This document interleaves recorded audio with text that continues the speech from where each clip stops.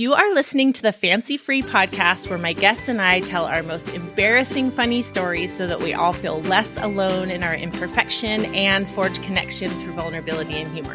I'm Joanne Jarrett, and I am your host, and today I have with me Deb Preston. Deb is an award-winning author, founder of Brighter Side Publishing, and lover of carbs and cheese, preferably paired together. She's a woman after my own heart there. She launched her blog, debpreston.com, and its social media channels in 2017 to share both her heartwarming moments and facepalming experiences as a parent. Since then, her site has grown and expanded to several books, including her Maxi Awards 2022 children's book winner, Girls Can, and her comedic parenting memoir coming out April 13th, Learning on the Fly and Laughing Till I Cry, a journal of mothering my daughter from ages 1 to 7. Deb, thank you so much for being here with me today. Yeah, thank you so much for having me. I'm really excited. Awesome. Well, fill in the blanks. What did I miss about who you are and what you do? As you mentioned, I'm a blogger and an author. I'm originally from small town Iowa, but currently live in small town Texas, just outside of San Antonio, this little town called Helotes. And I am here with my husband of just over 10 years, Josh, and my 7-year-old daughter, Ari, short for Ariana, and a really fat beagle named D'Artagnan, and a calico kitten we just rescued a few months ago who really does her own thing, Luna, short for lunatic. So we're just here. It's a very fitting name if you were to meet her. So the she does her own thing was a kind description of her personality, huh? It was. I thought about it, but she can hear me right now and I don't want her to think that I'm talking trash about her. So I love it. Okay, so tell me about your first book. It just launched February 2nd, and it's my first ever children's book. It's actually an ode to my daughter. As you might imagine, an Ariana who prefers Ari. She's not your girliest girl. She loves to skateboard. She loves superheroes. Her dream in life is to have a mohawk. Love it. I haven't been able to get Dad on board with that yet. In other places in the country or in the world, that would be okay. But in the South, I feel like it's met with a little more resistance. She's not a very girly girl. She hasn't worn a dress in maybe 3 or 4 years at this point. And so I wanted a picture book that really celebrated that. And there are a lot that are like, here are historical women and things that they've done, or girls are just as good as boys. But I don't care about boys. They're not in the picture, for my daughter. And so I wrote this book just celebrating all of the stereotypical and non-stereotypical things that little girls can do and just providing them with some mental scripts. There's a line that says, some might think girls are too scared to get hurt, to go on adventures or play in the dirt. They may be surprised or feel silly to learn that girls don't have time for all their concerns. And so I wanted to equip girls with a little bit of sass and a lot of confidence that, the way they are is perfect and to be them. You just gave me full body goosebumps. That's hard. Oh, I love it. I love it. Oh, so cute. I have 2 girls, 17 and 19. Oh, I love it. Yep. Man, you made it through the scarier. I'm afraid of teenage years. I may have to ship mine away. I hope not. Oh my gosh. I'm really terrified of high school. I love parenting every single day more. And that's really saying something because I did not love the baby stage very much. I thought I would. And it was just so constant and exhausting. It's a lot. They're just like these little fleshy piles of need. And they just, as they mature and grow their own little personalities and you can see their character developing, it's just so exciting. And it is scary because the stakes are ever bigger for them emotionally and spiritually and mentally, but it is just, the relationship is so worth it. And I'm having a blast. So I'm excited for you, for your future with Ari. Right. That's so fun. There's hope for me. You make me feel a little bit better. Oh my gosh, yes. And my kids I have one of each. One who she was making herself known from literally 20 weeks in utero. We went to a movie and it was too loud for her and she was like having a fit in there. And I was like, I got to get out of here. I'm afraid she's going to create a cord accident or something. Like I know too much. Out. Right?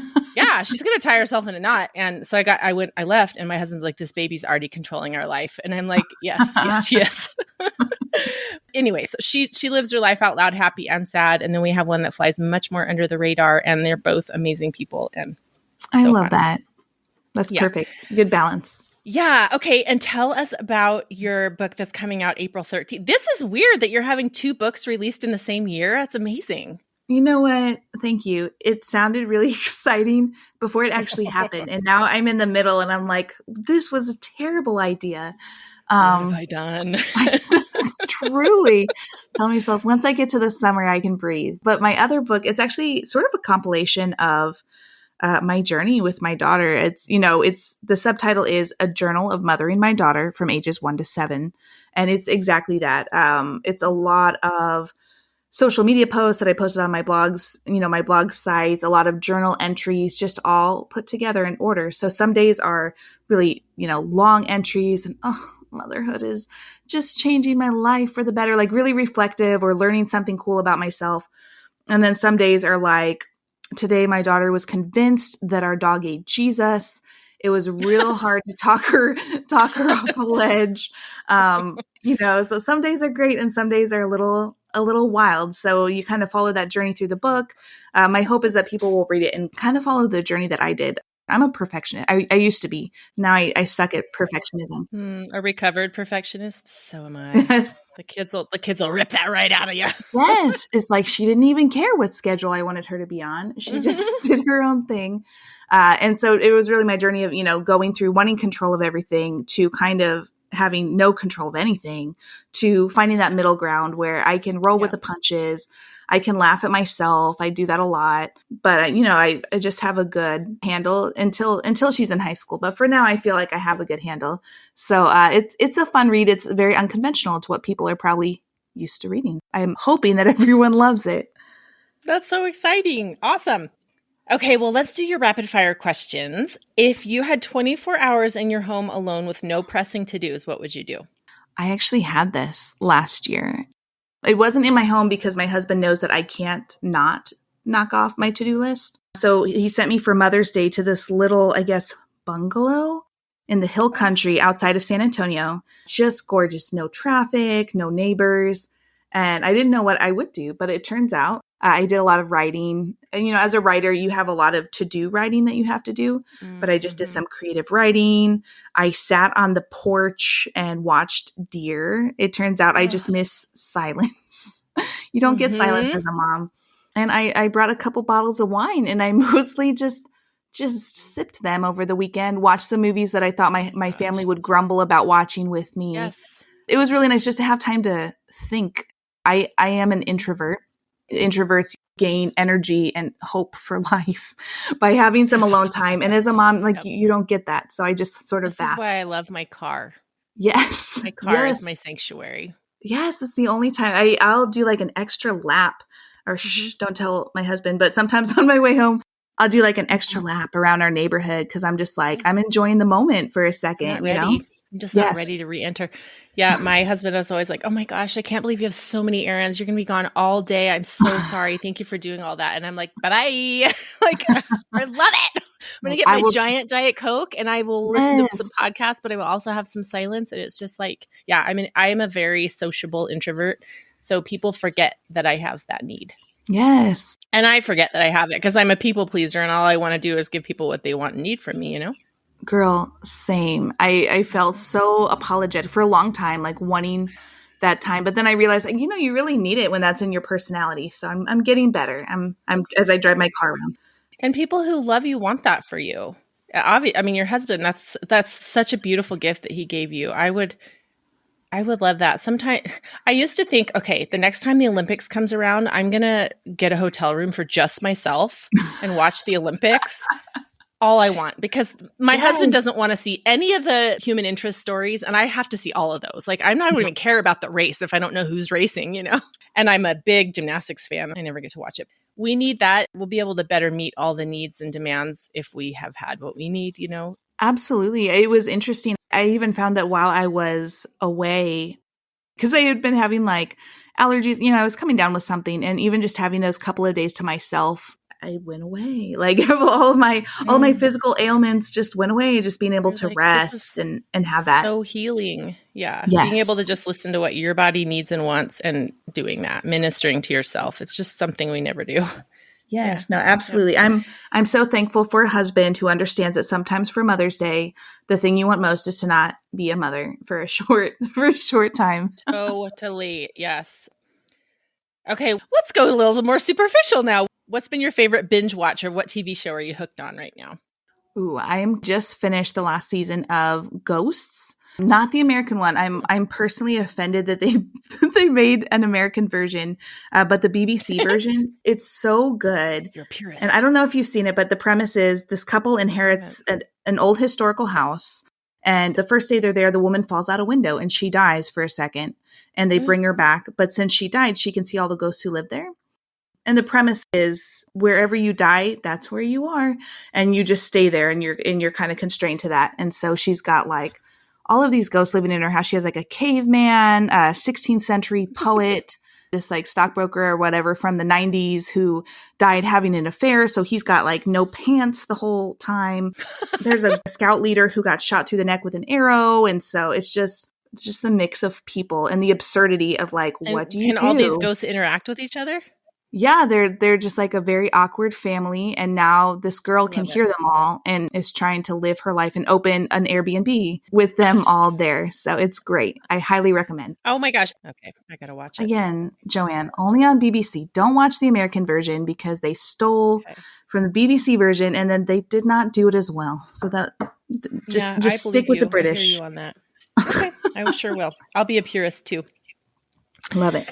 Okay, do you have a recurring dream? And if so, what is it?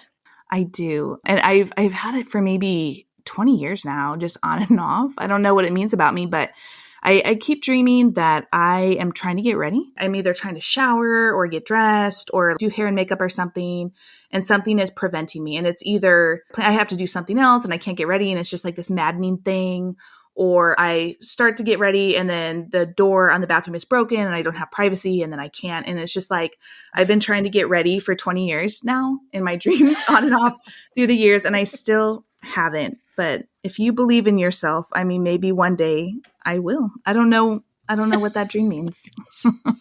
Wow. I think that's so interesting. I have no idea what it means, but I'm fascinated. I need to talk to a psychologist. That's not one I've heard before. No? I could do some pop psychology around it, but it probably wouldn't be accurate. So, do you Google your dreams? Because I Google, but that one I can't Google. But I have done every other dream I do Google. It's good stuff. I know that the teeth falling out is a really common dream, which I've never had, actually. Have you had that one? I never have. Thank goodness. Apparently, people have dreams that their teeth are crumbling and falling out of their mouth, and it's like the worst nightmare. I didn't get the memo on that one. But every guy that I ever dated before my husband, I had nightmares that I would like spontaneously be at the altar. Like I would just realize all of a sudden I'm at the altar marrying this guy. And I'm like, wait, what? No. Oh, no. That's terrifying. That's horrible. Yeah, that's not very subtle. That was my subconscious saying, move on. This isn't him. And, it always took me a really long time. And then I tell you what, the minute I started dating my husband, I never had another one of those dreams. And then it took him 2 years to propose. Oh my God. Well, you gave me goosebumps and then frustration, 2 years, but he got there. He got there. Yeah, he did. He had a plan and he had to see it through. Okay. What is the most amazing thing you've ever won? As you mentioned at the start, the Maxie Awards. So I created this book, Girls Can, and submitted it to a few publishers and wasn't getting any hits really because they'd say, you don't have any prior work that we can look at. You don't have another children's book that we can see the success of this. And so one of the publishers suggested that I should enter for a literary award and said that would give you some clout. So I entered into the Maxie Awards, just hoping, not that I would place, but I was like, do they have like honorary mention or something like that? And that would help me. Can they just put my name on the website? Can you just something to reference in my book proposal? But we were one of the runner-ups, which shocked me. That was exciting enough for me. And then a few days later, they announced that we won first. So we were the number one for this nationwide literary award. We took home the gold for children's book. So it was so exciting. I've never won anything so personally significant to me. It took us like 2 years between writing and illustrating the book. It was a big moment. Oh, that's amazing. And I'm curious about the illustrator too. Who's the illustrator? The illustrator is my friend James. We work together. Actually, writing is not my full-time job. I manage a call center team, as does he. He had illustrated a few things for work purposes. And he's just the best artist that I know. So one day I asked him if he would like to illustrate a children's book, thinking, this is a big ask of a friend.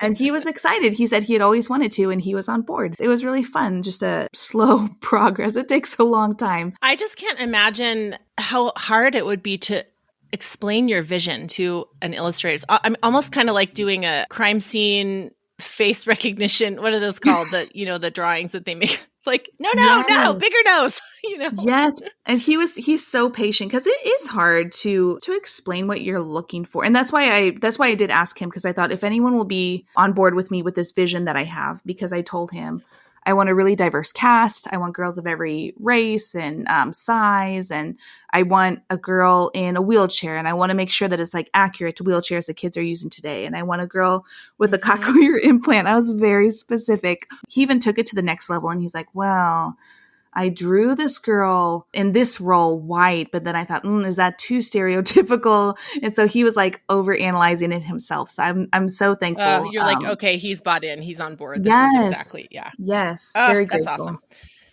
Well, congratulations. I'm so excited Thank for you. It's always nice to have validation. And it is especially nice to have validation that's going to help you meet your goals. So good. Yeah, absolutely.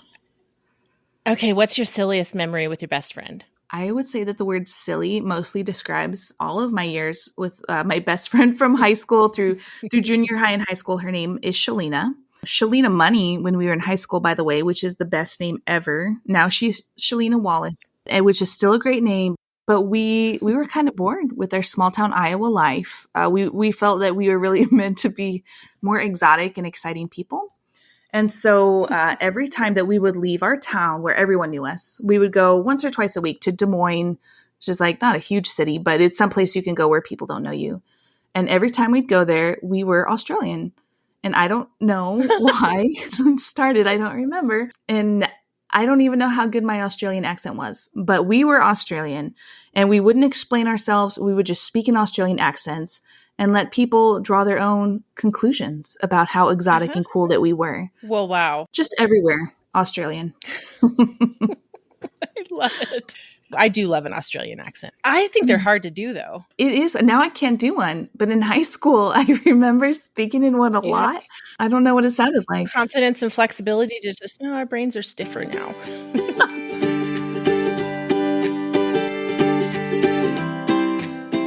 If you like to rip your bra off when you're finally home for the day, you're just like me.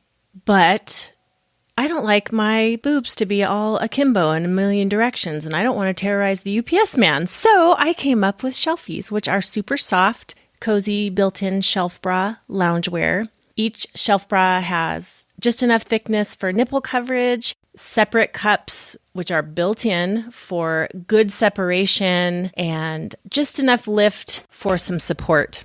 SHELFIESHOPPE.com. Not because we're fancy, but because Plain Shop was taken.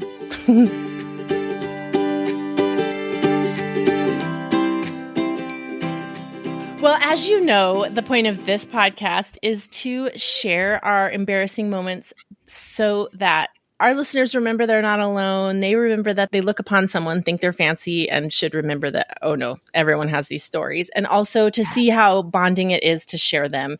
So what do you have for us today? I'm an embarrassing person. So I have a few.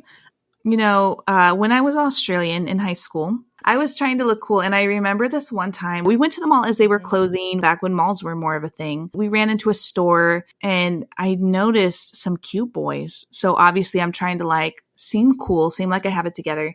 What I didn't realize was that when we went into the store to discourage more people from coming in, the workers had pulled down this kind of like a gate over the front. They had pulled it down to our knee level so that they would just let us out, but would discourage other people from coming in. Except it wasn't a gate. It was clear. It was this clear plexiglass door and there were no seams and it was at the knees. So as part of my being so cool with these boys, I turned around like I had somewhere very important to be, scampered off with my Australian accent and ran fast out the door. And I ran right into this huge door covering the entrance of the store. And just like, I can't make sound effects, but it just like rumbled, like this deep rumbling. I thought the whole thing was going to break. I'm shocked that it didn't break. You ricochet off of it. I did. I was running so fast. And then I tried to recover real cool and just kind of laugh it off as the workers like worried about me and lifted the gate for me. And then I just ran. I just ran down the never to be seen again. Get away in the mall. So that's really when my gracefulness started. Oh, and how hard did your best friend laugh? I was with Shalina, but my mom was there too. And I don't even know who laughed because I just like shut out the world and ran. You just peeled out? Yeah. I asked her, my mom yesterday, because I was like, I'm going to be on a podcast. And I said, do you remember this time that this happened? And my mom said, oh, yeah, I tell that story to people. It's so funny. So I guess my mom is still sharing it. That's sweet of her. It's your mom's favorite party trick. Who knew? Yeah, it is. It is good to know, Mom. Us moms were humans after all. Yes, it's very sweet. Oh my gosh, that's so funny. Did you have any physical injuries? I did not. Although it did give me a headache initially to plant my face into it. But again, just shame and speed as I ran away. It just covered all of my symptoms. Oh my gosh. Yeah, the adrenaline probably just got you out of there and then let you down hard. Yeah, it's all a blur past that. Oh my gosh. Okay, tell me what happened at your daughter's school. Another time where you were probably trying to impress, if you're anything like me. I was trying to be like Susie Homemaker, and I'm not. Like I'm very bad at most things at home. I can't cook to save my life. It's a wonder you're all alive. Yes, thank God my daughter does not want like cute braids and things, because the only hairstyles I know are like ponytail and down, and that's it. So my daughter's school, they have a fundraiser every year, and they build gingerbread houses, right? And the parents make the gingerbread houses, and then they have this big event, and people can come in and they can like decorate this gingerbread house that's already built and kind of cemented down. So my daughter's first year in preschool, she's 3, and they ask for parent volunteers. That year I volunteered to bake the gingerbread dough, because they're like, we'll just send you a ball of dough home. You just cut it in the shape of the house and bake it. And I was terrible at that. It was uneven and it baked weird. And I felt really embarrassed turning it in the next day. And I was like, oh, Ari helped. Like, she didn't help. That's just all me. So the next year I was like, you know what? Baking is not my forte. Rolling with a rolling pin is not my strength. So I thought I will help with the mixing crew, because they asked this crew to just come in and they pre-measure the ingredients. All you have to do is you bring your mixer, dump it into the bowl, and then just hand it to them. So I thought I can do that. And I have a mixer. That's not too crazy. I can dump. Yes, that's what I thought. So I bring my mixer, and I hadn't touched it, in at least 4 years. As soon as my daughter was born, I was like, screw it. I can't bake anything. So I hadn't touched it, kind of forgot how to use it. So I dump all my ingredients in, and the paddle starts mixing, and it's not reaching like very low in the bowl. It's just like mixing the air above the ingredients. Mm-hmm. I'm like, this is an odd dilemma. So I try to take the bowl off the base and kind of like hold it up to the paddle. And then the paddle like hits it and almost knocks it out of my hand. I'm like, oh my God. And this sweet mother, sweet lady, thank you, Emily, looked at me, and so she's like, here. And she set the bowl back down, and she just like cranked this really obvious crank on the side of the mixer to lift the bowl up. So I'm like, okay, I forgot the crank part. It's okay. Just one person knows that I suck. So I'm like, okay, I know how to crank. Now I can just mix, all of these gingerbread dough balls up. So I finished my first batch, and I walk it to this table where there are moms with like wax paper, and all you have to do is dump your dough and they'll wrap it up, and then that's it. And then you start your next batch. Except I didn't realize, I thought it would just kind of like dump with a splat, So I just dumped the bowl, and it was more of a ball shape, and it just rolled. No.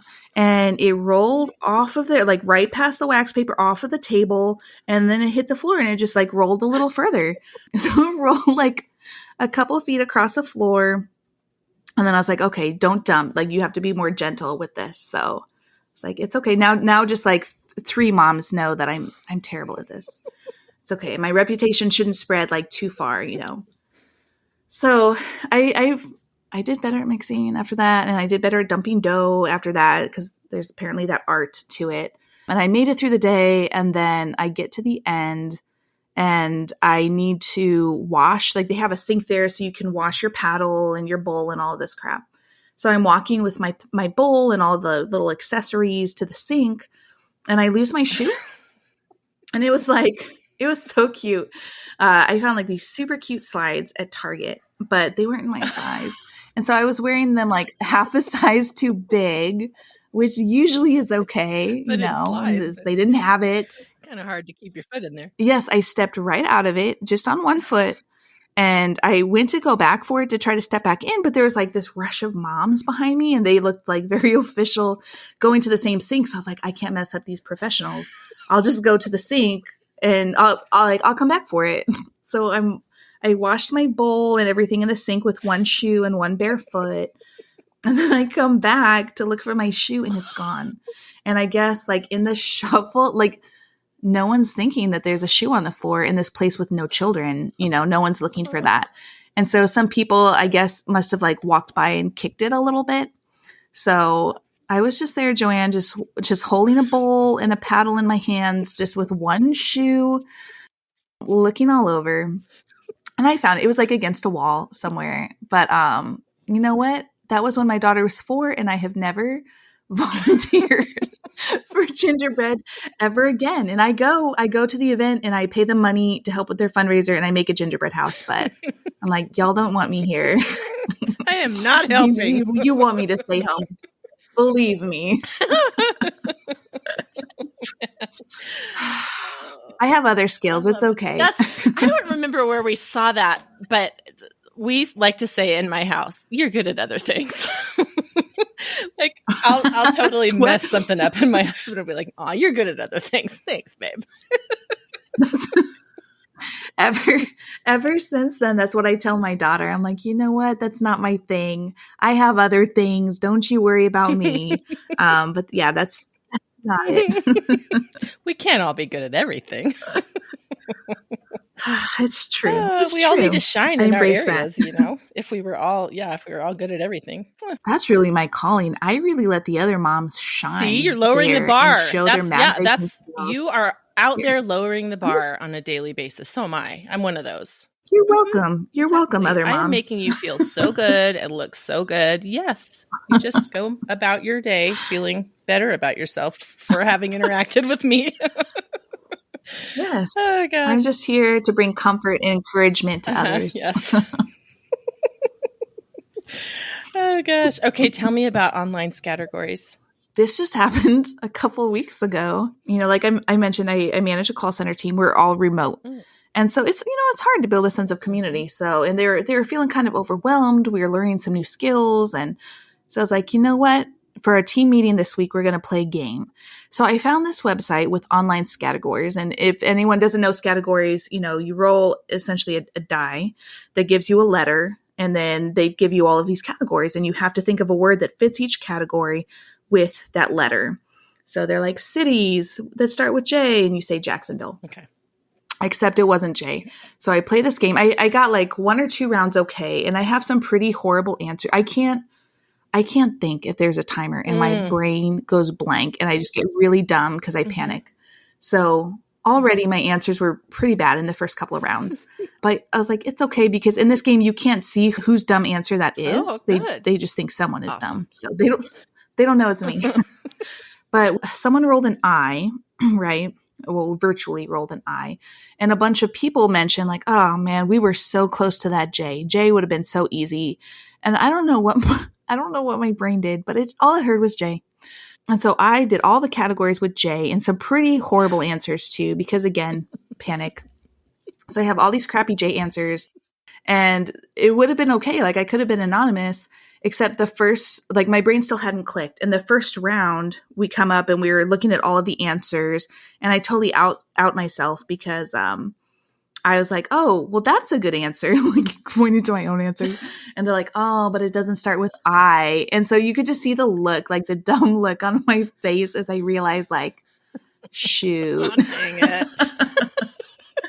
So like they know it's me, and it was so awkward. And I just laughed, like my face was so red. But then I had to sit there through the rest of the 10 categories. And they all saw my stupid, like, there's Deb with another J. This one isn't even an answer for this category. So I couldn't even talk. I was just laughing. I didn't know what else to do. I'm like, this is horrible. I'm just reliving in it and 10 times. It's like Groundhog's Day. It's never going to end. It was. I'm already so terrible at those games. I can't think on the spot. So don't play categories. Well, maybe do play categories with me. You'll win. If you like winning games. And, if you're trying to build your team morale, right? Well, now they're all laughing at you. So they feel really close to each other. They are.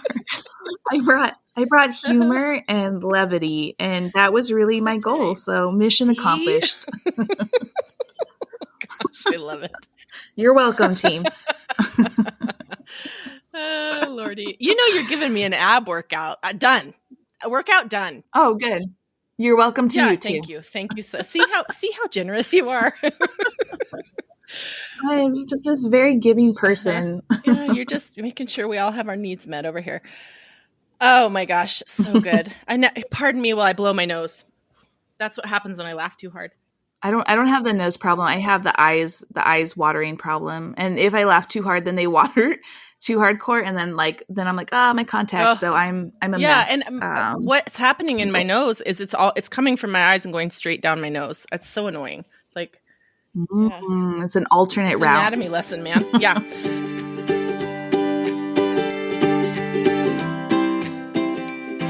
Okay.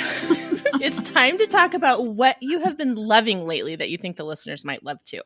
Yes. This is not anything new or revolutionary, but you've probably seen my favorite thing this last year and a half has been my LettuceGrow tower. I don't know if you've seen that. It's like lettuce, the word lettuce, and then the word grow, but then they have the word play. But it looks like this white spaceship, and it's a hydroponic garden. And you can put it outside, but I have it inside with some lights, and it's amazing because I like the concept of gardening, but I don't like the Texas heat. It's really miserable. Yeah. I don't like bugs of any sorts. And I would try outdoor gardening, and I'd feel like I was spending $100 in water to grow like a 25-cent cucumber, Amen.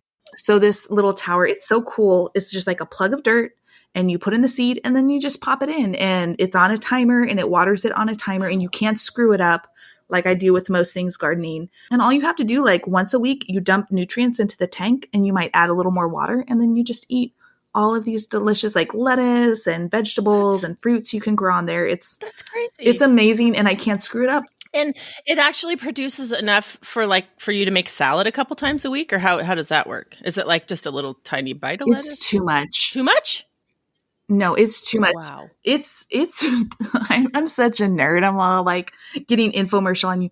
It's shocking, Joanne.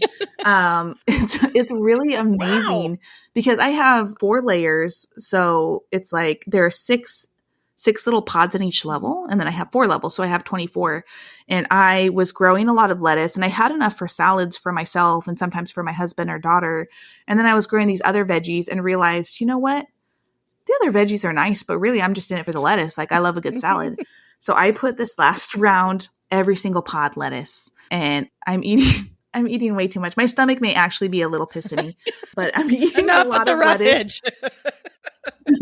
My friends are eating lettuce. My neighbors are eating lettuce. This is incredible.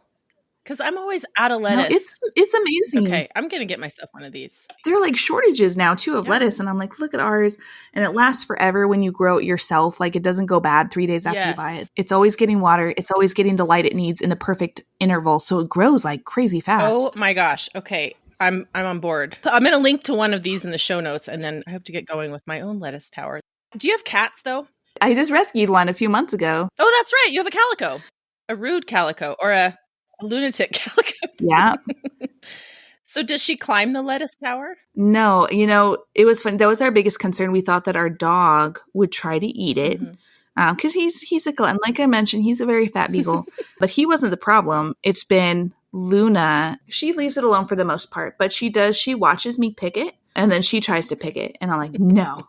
And I have to keep pushing her down. So she doesn't climb it, but she does try to eat my lettuce supply. And I just have to swat her off. Yeah, that's going to be interesting. We have a couple cats, but they're pretty old. They're older, so they're not super energetic. They like to sit in there. One of my favorite things I've gotten this year is a window seat that suctions to the window for our cats. It's so cute. I literally just said that today because I was like, look at how freaking happy she is with sunlight on the window. So what if she had more room to spread out? You go to Tuft and Paw. It's kind of an investment, but it's worth it because they're like really well made and our cats are like hefty, pudgy. They cannot break this thing. It is so neat. I'm going to post a picture of my cats in this seat and post a link to this where you get it in the show notes because it is so, so cute.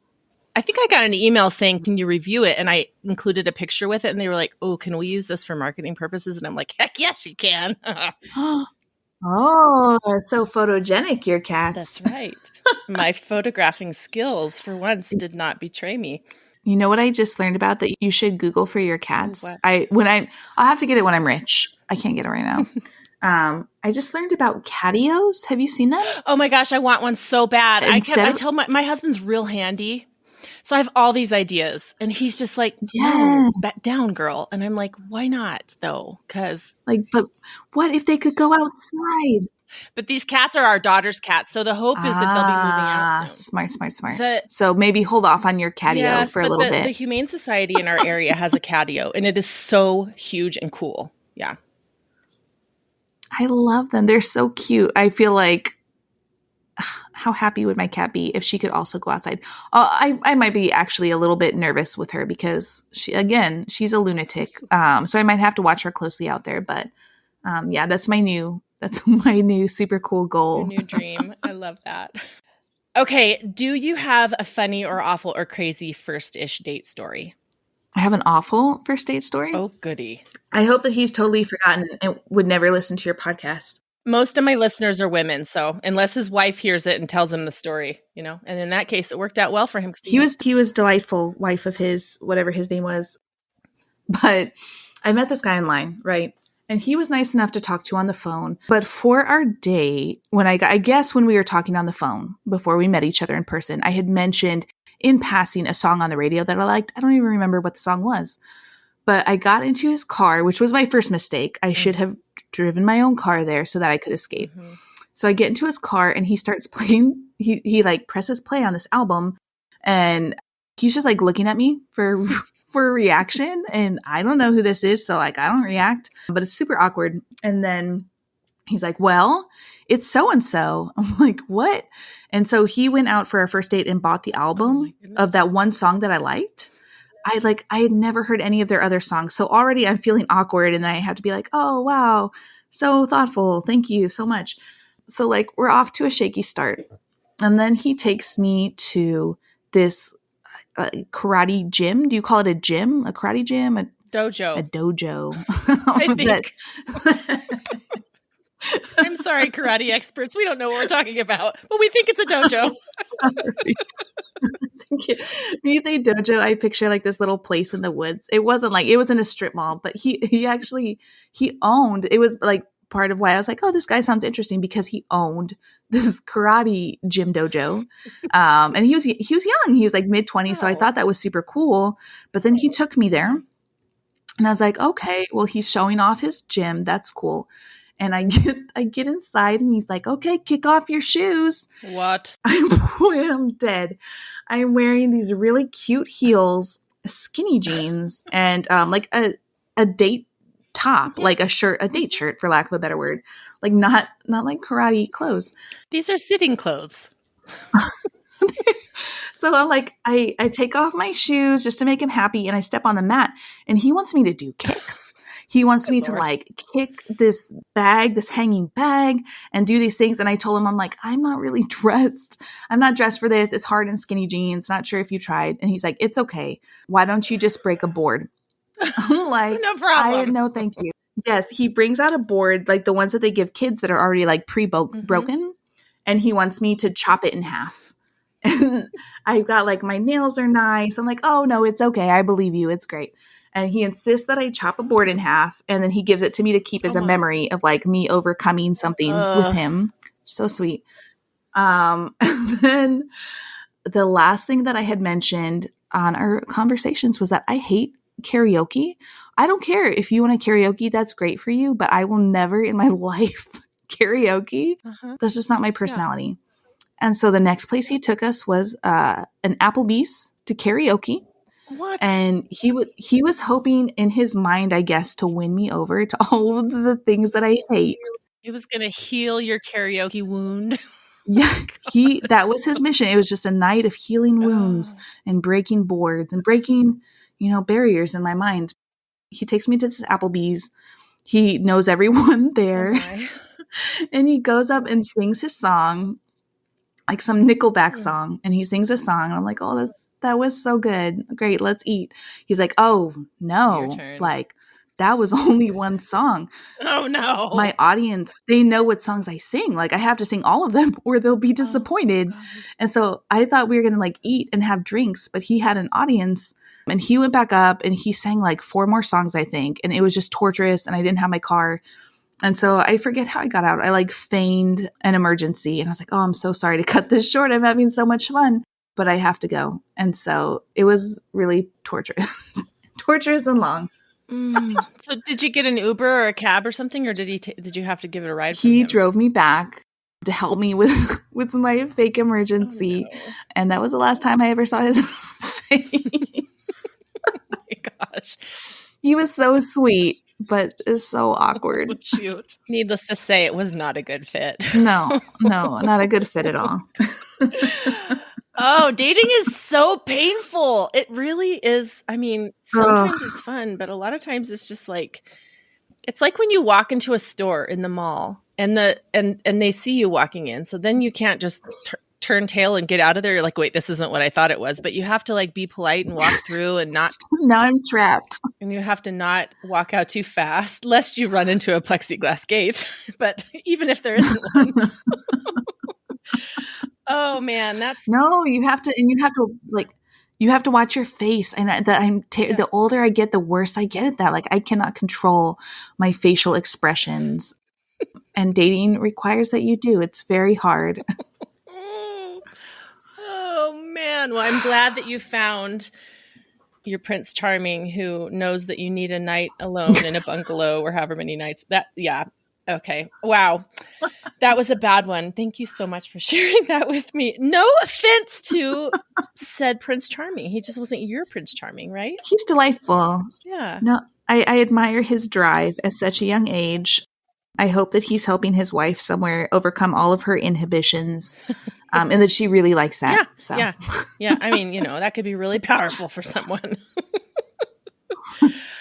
Oh my gosh. Okay. Best wishes. Tell my listeners all the places where they can find you online. Yeah, you can find me. I'm old. I'm aging.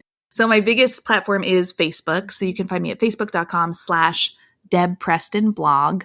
At the same handle, you can find me on Instagram and Twitter. I reluctantly have moved on to Twitter recently. Oh. But yeah, you can find me there. You can find me on my website. It's just debpreston.com. So easy enough to find. Nice. And yeah, those are all the places I am. Awesome. Oh my gosh, Deb. Thank you for the ab workout and the sinus clean out. You were so much fun. I really appreciate you taking your time with me today. Well, thank you so much for having me. This has been a lot of fun. This is A+, hands down, most fun interview ever. Oh, thank you. So fun. Right back at ya.